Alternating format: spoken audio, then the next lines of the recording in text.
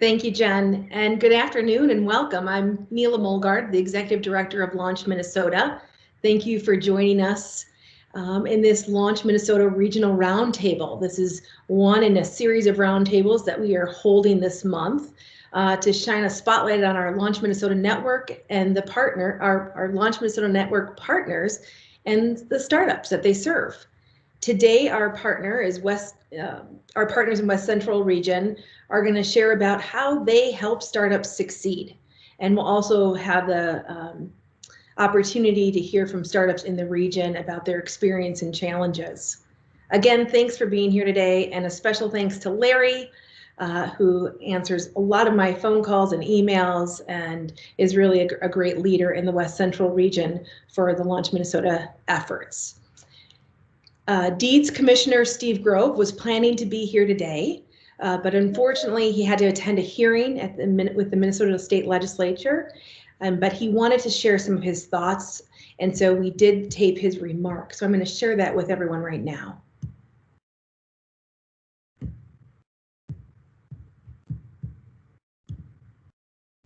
Hey everybody, Steve Grove here, and I'm sorry that I can't be there in person. We have to testify at the legislature today, but for any other reason, I would be right here because these are the people who are going to build the recovery of our state's economy through the growth of startups in Minnesota. Thanks for coming together and for building this network. West Central Minnesota in particular has been a great environment for Launch Minnesota to get going. Amazing investments being made by Great North Labs. G-Beta has seen participation in their programs jump by 71%, I'm told, over the last year. There's something in the air right now, starting a new company and starting it here in Minnesota. This is a great place to start a business. And you, as leaders in this community, are proving that. And you're proving that small companies can find funding, can find connections, can find a trajectory right here in our state. And that's important. It's important for a couple of reasons. One, recessions are times when new businesses really can take off. People find new ways to tackle challenges. They might find themselves out of luck in their previous job and have to try something new. You always see new business starts kind of churn up during these periods of challenge. And already we're seeing in Minnesota business starts up by about 60% across the state. We, of course, want to make sure those businesses are successful. Another reason it really matters is that our economy is changing so quickly. The kinds of jobs you can find today, the kind of jobs that have a trajectory for the long term are just different than the kind of jobs we had heading into this recession and into this pandemic.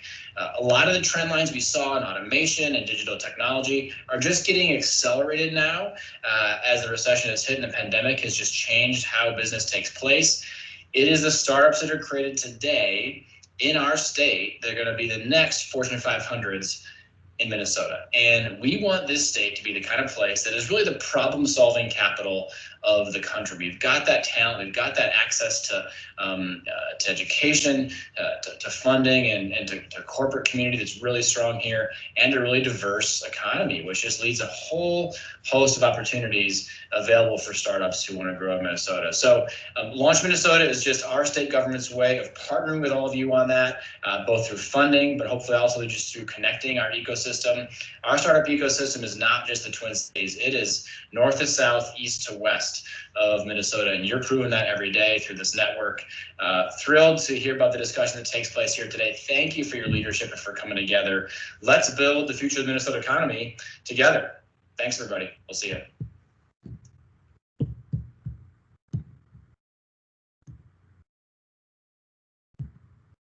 Okay, we are back. And as I said, he really had hoped to be able to join all of us today, but we'll definitely watch this taped.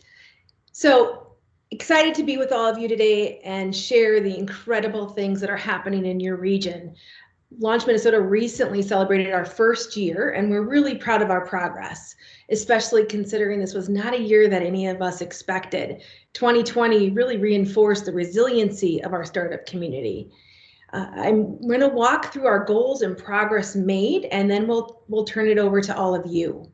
First, Launch Minnesota, we want to put capital in the hands of our startups.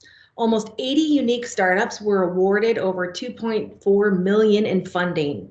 56% of these grants went to innovators in targeted populations. Those grants prioritize communities that usually lack access to capital and populations that are underrepresented, such as women, people of color, vets, and regions like yours in greater Minnesota. We also incentivized well over $40 million in private investment through our Angel Tax Credit. Second goal is we wanted to connect Minnesota corner to corner by developing a first of its kind model, a hub and spoke model, working with the West Central region and 5 other regions, 7 hubs, and over 60 program partners. This network began forming last March in 2020 at the start of the pandemic. So it's particularly remarkable that what has been accomplished in this time frame. Our regional ecosystems were encouraged to look outside of their organizations and their cities to work with others to improve coordination, increase capacity, and really maximize the impact in their region and the state. Working together, the goal is to help navigate the wealth of regional and statewide resources. Our third priority area is we worked with you and partners across the state to increase our entrepreneurial talent and expertise. Our partners provided lean startup training. I know ILT Academy Studios have done an incredible amount of outreach, and the outpouring in just this last session with well over 100 applications. We also wanted to address a need in the ecosystem to creating Minnesota's new expert exchange, a place where entrepreneurs and mentors can come together to get the resources, the expertise they need to fill out their team and to provide some growth with their endeavors. And lastly, it's program partners like all of you here today to help our startups with that know-how of how to start a business. You've provided education, office hours, recruitment, investment, trying to help our entrepreneurs bring their ideas to reality, and we're thankful for that. I'm now going to switch and show a brief video of some of the regional efforts, and just need to change the screen here so you can see it. I think you're going to find some familiar faces, and I'm going to share that now.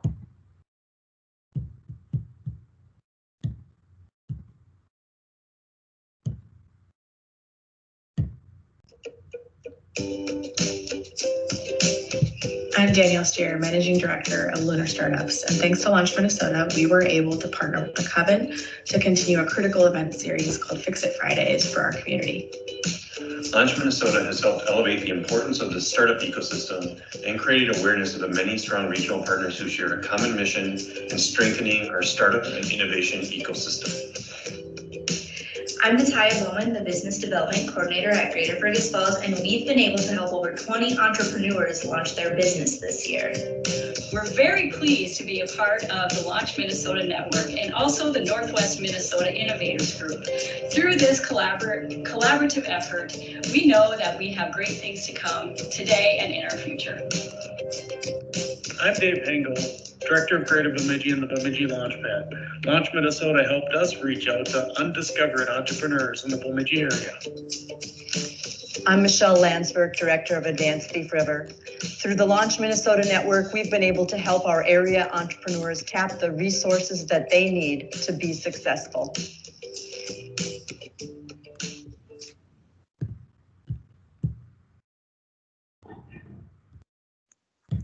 All right, now we're on to the fun part of the event where we can hear from your voices. The first question will be intended for our Launch Minnesota Network partners. Now, in the last year, as part of the Launch Minnesota Network, you have come together, various organizations, various cities, various entities. Explain to others what changes you've seen locally and regionally of how this collaboration and this new statewide effort has helped your organizations and those businesses that you serve.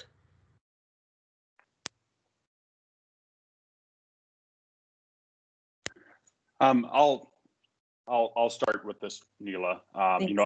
For us, we brought the G Beta Greater Minnesota St. Cloud program to the area back in 2019, at the end of 2019.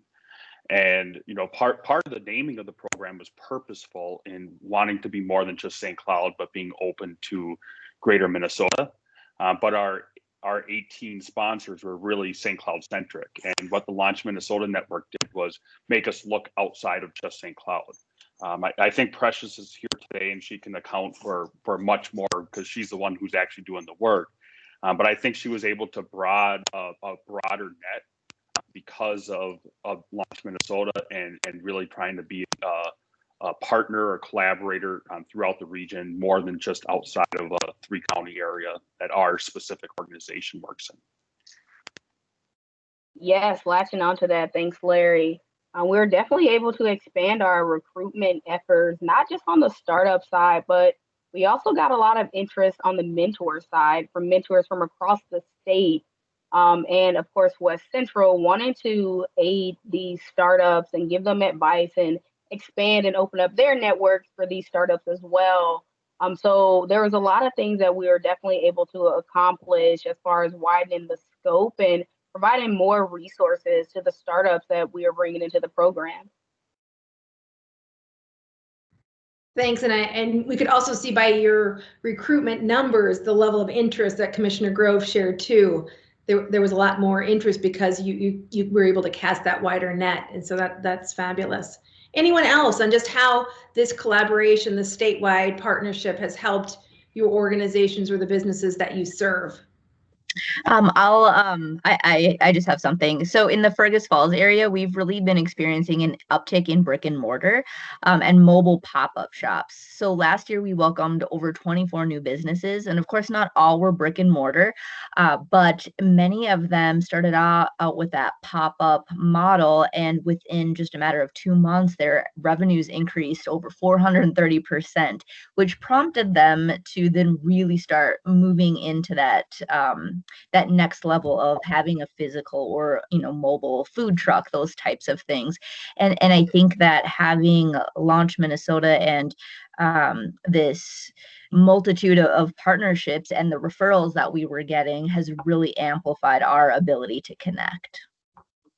Wonderful. Anyone else? Yeah, this is Nick. I was going to say, one of the things that I really appreciate is that this is really helping to empower and connect the community. There's a lot of ecosystem leaders that, because of these roundtables, we've been able to connect and identify who are the people that are supporting more entrepreneurs. How can we connect to talk about what we need to do to get more people going? And so I really appreciate what you guys have been doing at Launch Minnesota to help facilitate those conversations and allow the entrepreneurial organizations to connect and engage. Thanks, Nick. And maybe since you're on now, I know you've really taken a lead with increasing the entrepreneurial talent in the region. Do you want to talk a little bit about your programming and your lean startup training and some of the progress that you've seen with the entrepreneurs that you're supporting? Yeah, thank you. Yeah, we're really excited. We've had a number of entrepreneurs come through our shorter training.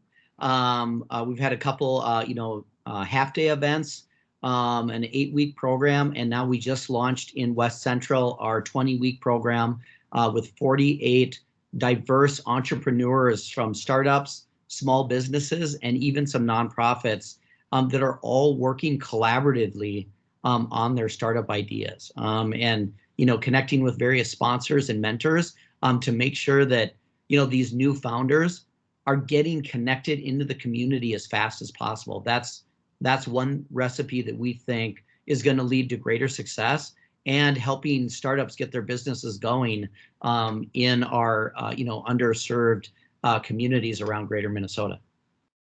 Great, Nick. Yeah, and that's. Oh, go ahead, Larry. Yeah, I also, Nick might be a little humble here, but I do want to also say that, ILT, they had 118 applicants for the program. And I really think it shows the demand and the desire for good, pragmatic education and foundational startup principles. And, Nick was only able to bring in 48. I would venture to say that the majority of those 48 wouldn't have been possible without for Launch Minnesota. So it was definitely a big part of it, and we're really excited to have Nick here as well. So. Yeah, no, well said. And I think in addition to the education, like Nick mentioned, it's the on-ramps, right, to all of your organizations and the other connectivity that will continue to help them scale. Ryan Weber is on the call, and I would just be curious, Ryan, from your perspective as an investor, what do you see as really working well in the region, and what things should we as a state know to improve the ecosystem, continue to improve the ecosystem for your region and the state? Hi, Neela. I put you on the spot, but I know you can handle it. Yeah, no problem. I've been, I think everyone knows I've been living here since '98, and I started a company, and then I started a fund 3 years ago.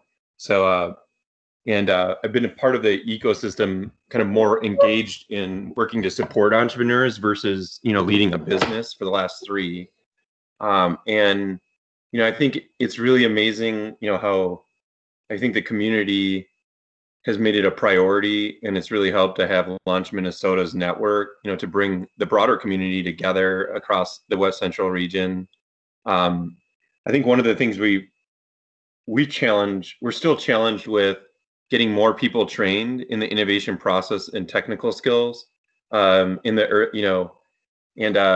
we've started to, make some progress in that area, but these skills are not learned overnight, and we don't have many of these people in our communities, and so there's still work to do, but it made a lot of progress. I think the network, that Launch Minnesota and the Generator program, and even our fund and this GSDC initiative, in their group and the groups like them, are providing a greater connectivity with a focus on, entrepreneurs and startups, and that's been really helpful.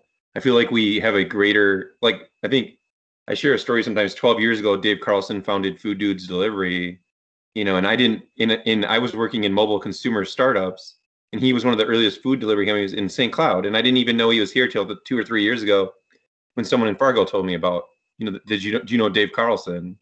And wouldn't it have been different if we invested in, had connected earlier? But that's why this, network is so important, the success of our ecosystem.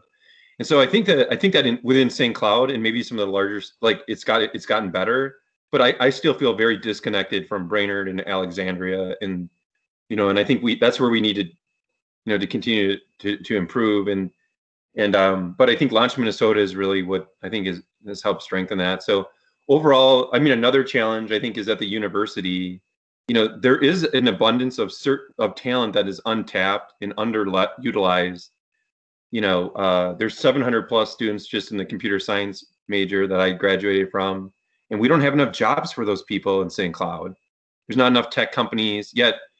The companies that are here, traditional companies, see technology changing their businesses, but they don't understand, or maybe haven't yet invested fully in developing an innovation practice, and then thinking about, and then hiring the right staff to lead such initiatives, both from an innovation as well as, design and engineering. And then those same brilliant graduate students, can actually have more compelling work, that they don't have to, with a local, community. So I'm actually currently working on a startup starting up a team with St. Cloud State.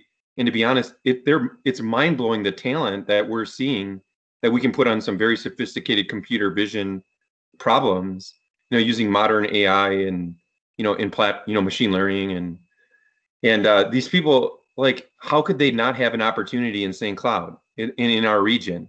It's, there's such you go up to the road to Fargo, and they're a little bit, they're a lot further ahead. They're kind of, Burgum with Great Plains. They're kind of the, at this point, I look at what they're doing is just amazing, the whole state's behind it, and they got a lot of mineral, natural resources funding that and the tax dollar. But it's really it shows you an MSA not much bigger than St. Cloud, how much further, they started earlier, but how far it can get. And I think we're on the right track, but yet we're not where Fargo's at. And we still, especially in the smaller markets, we need to tap those in. I mean, the bigger markets, can benefit, by reaching out further and further, further initiative. But I think in particular, some of the industry leaders here too, I'm really looking to see more industry engagement and maybe clustering, around on them. That's in Fargo, they're clustering around ag, tech. We have a few different industries and think, in any of these regions, if we get the industries more involved in the startup innovation ecosystem, I think that could also be a recipe for success. So anyway, I would just, you asked for it, Neela, so there's a quick, a quick recap from my point of view. Brian, you are spot on. Your comments. The Launch Minnesota Network is trying to create that density that you referred to that's so needed to create that innovative ecosystem. And on the front of higher ed, we have some things in the works starting next month to really try to start bringing together our higher ed institutions, because they are such another critical piece of the ecosystem, as are the corporate innovators. So those are all on our radar, and it's like I said when we started, this network launched in March of 2020, and it's incredible to see the progress that has been made in just that short time, when most of your organizations were also really on the front lines of helping our businesses survive this economic downturn. So really applaud all of your efforts. I think we're going to switch now and ask a few questions of our startups that have joined us. So Ryan, if you want to start, just tell us, give us that quick elevator pitch. What problem are you solving? And tell us a little bit about your business. Sure. You're talking to me, right, Neela? Or no? No, Ryan. Oh, sorry. Oh, yeah. okay. Sorry. Too many Ryans. Okay, so yeah, my name is Ryan Graham, founder and CEO of Aromic. Aromic is an all-natural lip balm company that reimagines the lip balm experience by adding innovation both inside and outside of the tube. The main problems that we solve to address with Aromic are general accessibility issues that are caused by the conventional tubes, such as if you ever tried driving and applying your lip balm, if you have one hand and tried using your lip balm, or if you're multitasking and try using your lip balm. Those are the kind of issues that we solve to address, as well as general product waste issues and harmful ingredients. We do this by, on the outside, we combine a patent pending hinge cap with a collar twist container. Together, Aromic makes it possible to seamlessly use your lip balm without the inconvenience of needing two hands at all times, the fear of losing your cap, and having to throw your product away. And on the inside, we combine a 100% natural formula that is crafted from the science of aromatherapy, whereby we label the scents by moods to suggest what the lip balm can help with. So yeah, that's a little bit about Aromic and the solution. Sounds great. Tom, do you want to share a little bit about your business? Urologic? Yeah, sure. IRA-Logic, IRA accounts are the largest type of retirement accounts in the nation. Like $9 trillion are in IRA accounts.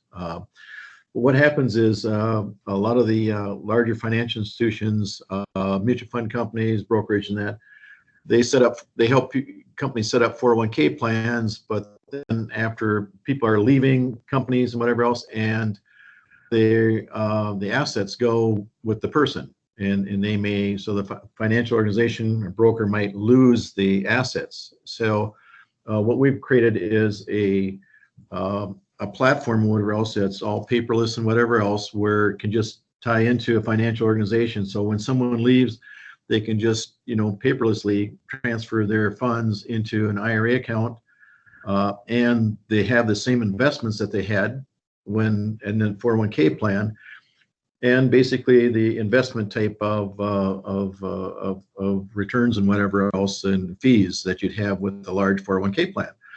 So we're helping them with the leakage, whatever else, by setting up this cloud-based paperless platform, whatever else.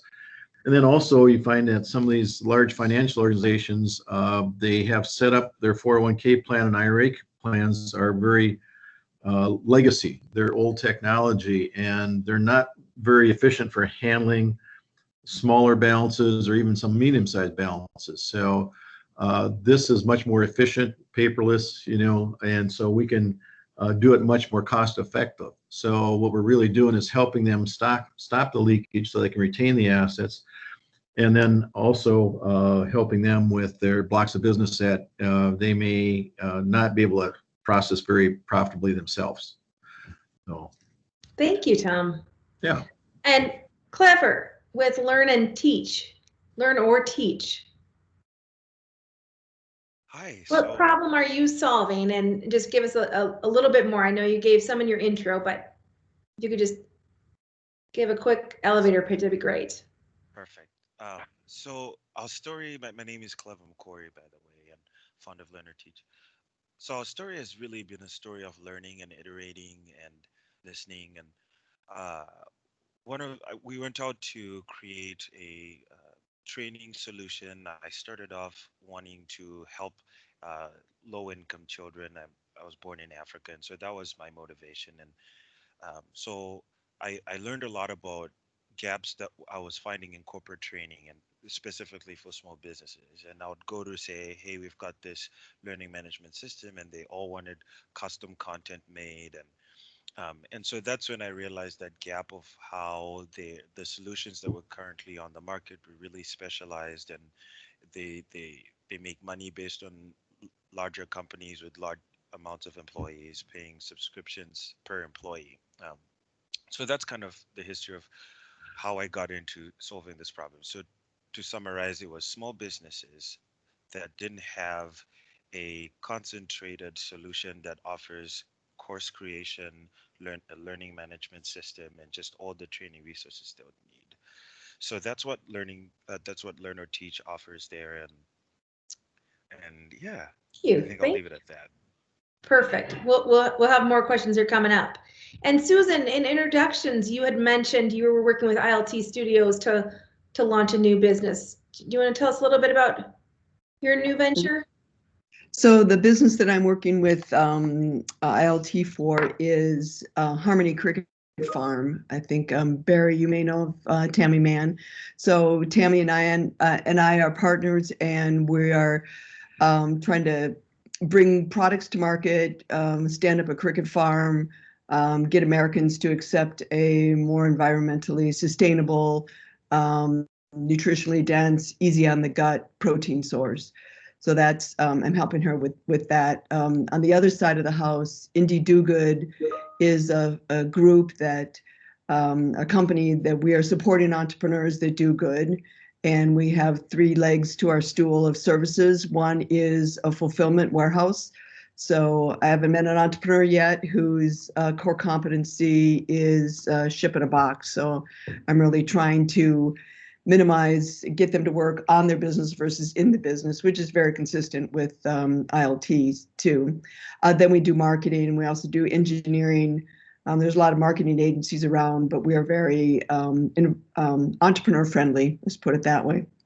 And then for engineering, we meet a lot of entrepreneurs that have these fabulous, great ideas, but they never have actually produced anything. So if they want to get that idea actually produced, we can help them engineer and get it ready for manufacturing, source, supply chain, and manufacturers, and take cost out. That's the other thing.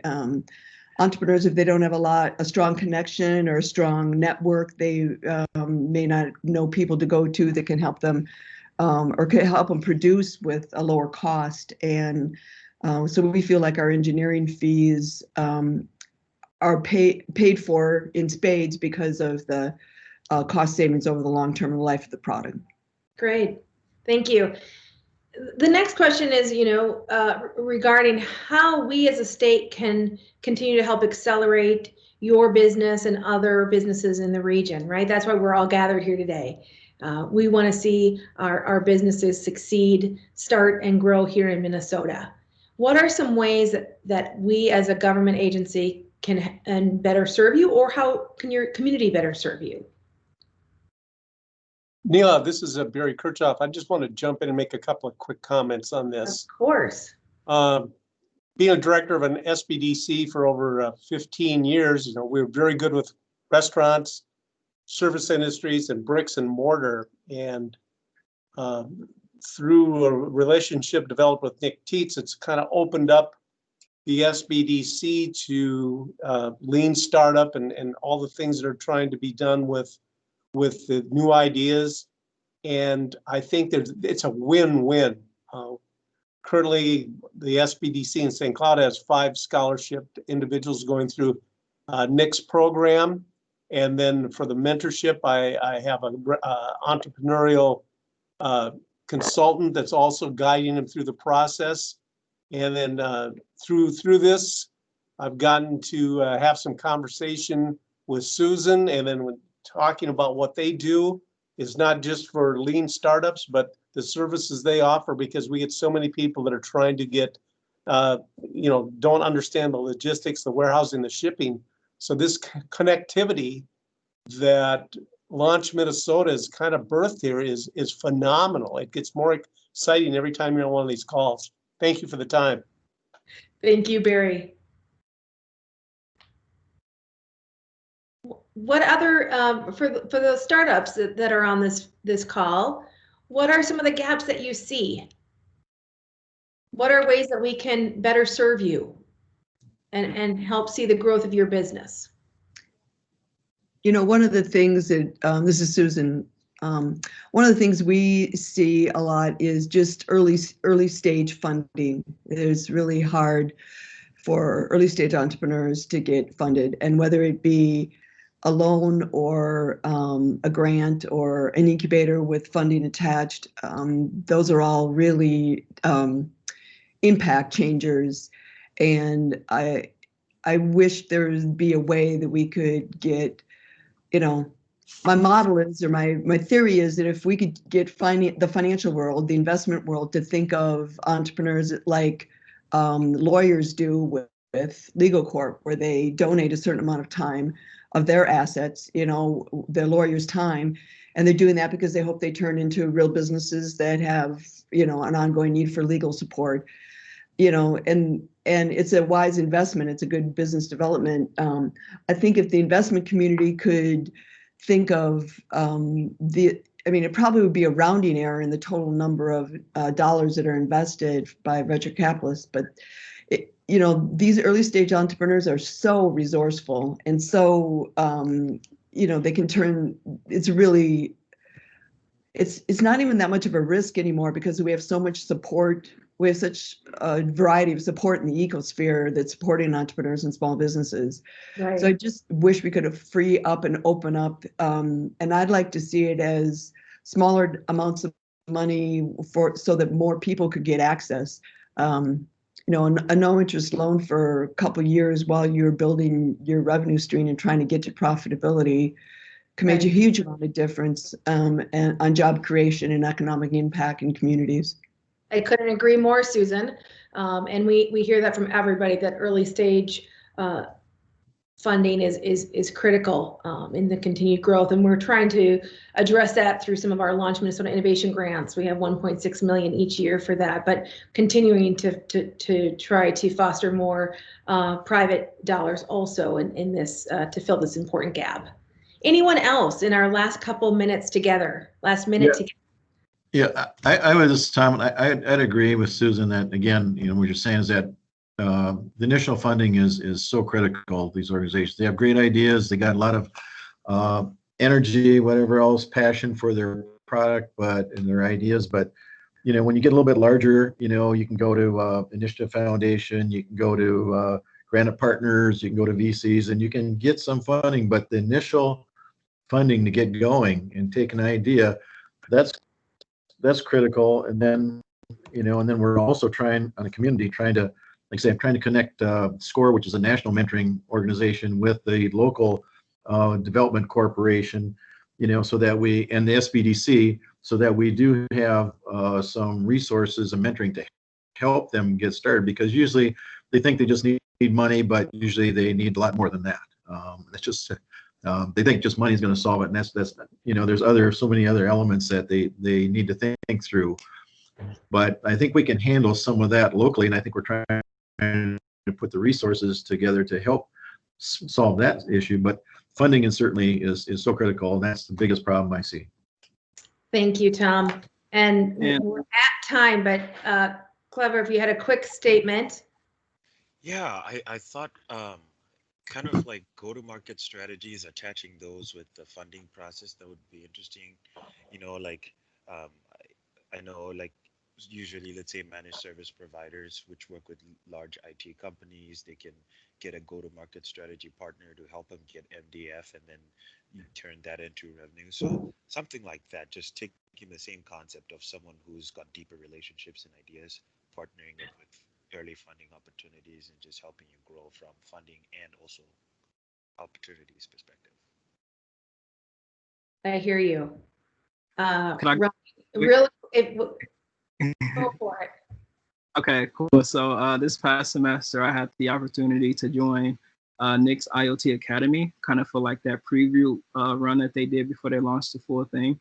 And I think, like, simply put, I would say more programs like that would be helpful for the greater St. Cloud community. Just programs that give the opportunity for underrepresented, underserved founders like myself to have an introduction, even an introduction into the world of entrepreneurship.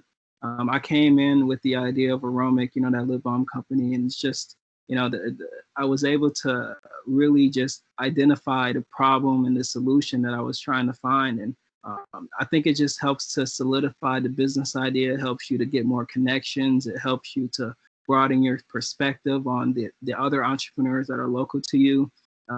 And I joined it while in college too. And I think that just opportunities like that for young people or people who have an idea to just have the opportunity to network, to go through the ins and outs of what it really means to be a founder in a startup, and all of the loops and all of the the stages that you have to jump through. And Yes.